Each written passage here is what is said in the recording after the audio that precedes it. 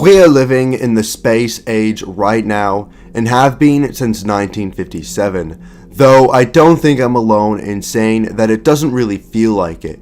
Conspiracy or not, Apollo 11's July 1969 moon landing captivated the imagination of every human being on our pale blue dot. And yes, there has been some excitement about getting to Mars, though other than that, this so-called space age isn't living up to its name.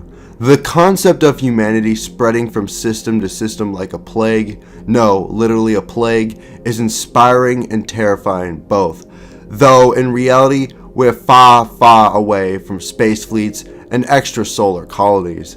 With that said, military interest in any frontier is often followed by public interest, and if at least most of the paperwork gets signed, funding and resources as well. To maintain military operations in any frontier, technology must rise to match the demands of the frontier, and more importantly, make every other interest in party's technology look like it was dusted off and hauled out of a museum. This space age didn't really kick off until spacebound technology was perceived as a military threat, and consequently, the US military got involved. It was a competition in a virgin frontier, and that competition bred all sorts of wonderful technologies. It's not unreasonable at all on first glance, this United States Space Force stuff, to think that we're entering a new military-driven age of expansion into the cold void. Though, in reality, all the USSF's operations occur scarcely beyond the gaseous film of our little world, and importantly to this video, have basically been going on since the dawn of the space age. The USSF isn't really anything new, and it was sculpted from more than 60 years of military and of course scientific operations in space.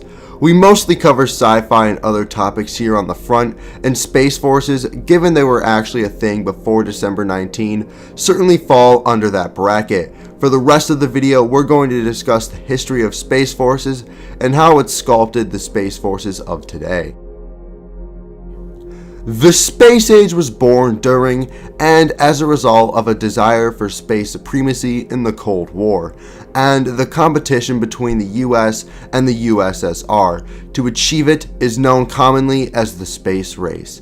The USSR got a satellite, Sputnik 1, up in orbit first in 1957, and soon after, both the US and the USSR were deploying satellites on the reg. These were recon satellites only, deployed both to take images of rival military installations and ensure other nations were sticking to their end of the Outer Space Treaty, which we'll get to soon.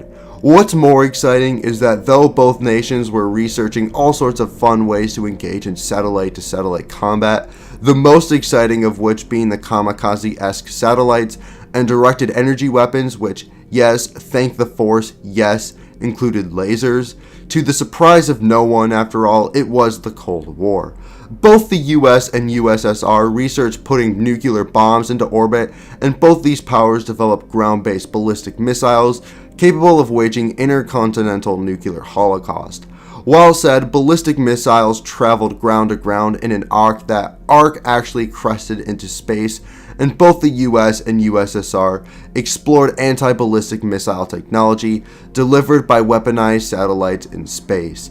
The Strategic Defense Initiative proposed by former President Ronald Reagan was a space-based system founded on such technologies, though for the laughable logistics of the thing, it was mocked compared with Star Wars, and it never left the ground.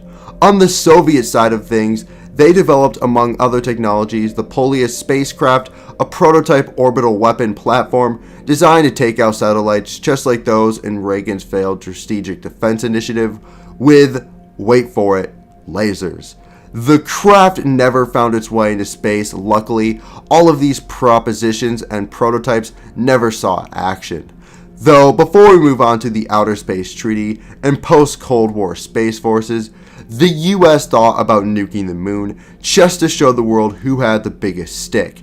And after the US realized that nuking the moon maybe wasn't the greatest idea and zipped out their pants, establishing a military base on the moon as well, although none of this came to pass. Now, the idea of throwing nuclear bombs from continent to continent was scary enough. So, in 1967, most of the world agreed that launching nukes from orbit was crossing a line and signed the Outer Space Treaty. The treaty, however, didn't just include the commandment, "Thou shalt not place nuclear weapons or other weapons of mass destruction in orbit, or not on celestial bodies or station them in any other manner." It covered the use of the moon and other celestial bodies, the roles of astronaut envoys as humankind, contaminating space and celestial bodies, and other clauses regarding the exploration and habitation of the universe. The treaty stands to this day, and to say it's Kyle Sagan cool is an understatement. After the Cold War and the disintegration of the USSR, space militarization didn't change all that much. While the names of the administration, which we'll get to soon, were shuffled around a bit, both the US and the USSR maintained space forces whose spacebound material, if we can call it material, remained limited to satellite. Three common military used for orbital satellites were and still are for recon, global positioning systems, and communication. Spacebound weapon systems are still limited by international treaties like the Outer Space Treaty. An Earthbound target has never been successfully neutralized from orbit, and satellites only have ever been attacked in training or deactivation missions. No one has ever been wounded or killed in a military conflict in space. Before we touch on the newly anointed USSF, it's important we cover how the names and administrations of Soviet and US Space Forces changed over the years. From 1982 to 1991, the Soviet Space Force was the military of space and units, and after the Soviet Union disintegration, the Russian Space Forces sprung out of the Russian Armed Forces. In 1997, the Russian Space Forces also dissolved, becoming a part of the Strategic Rocket Forces until 2001, when it was remade as an independent section of the military. Then in 2011, the Russian Space Forces became the core of the Russian Aerospace Defense Forces, and in 2015, this organization was merged with the Russian Air Force to become the Russian Aerospace Forces, of which the Russian Space Forces was a branch. Still following? As for the US Space Forces, military space development started in 1945 under the Army Air Forces and was then organized under the US Air Force after it gained independence from the Army until 1982, when Air Force Space Command was created.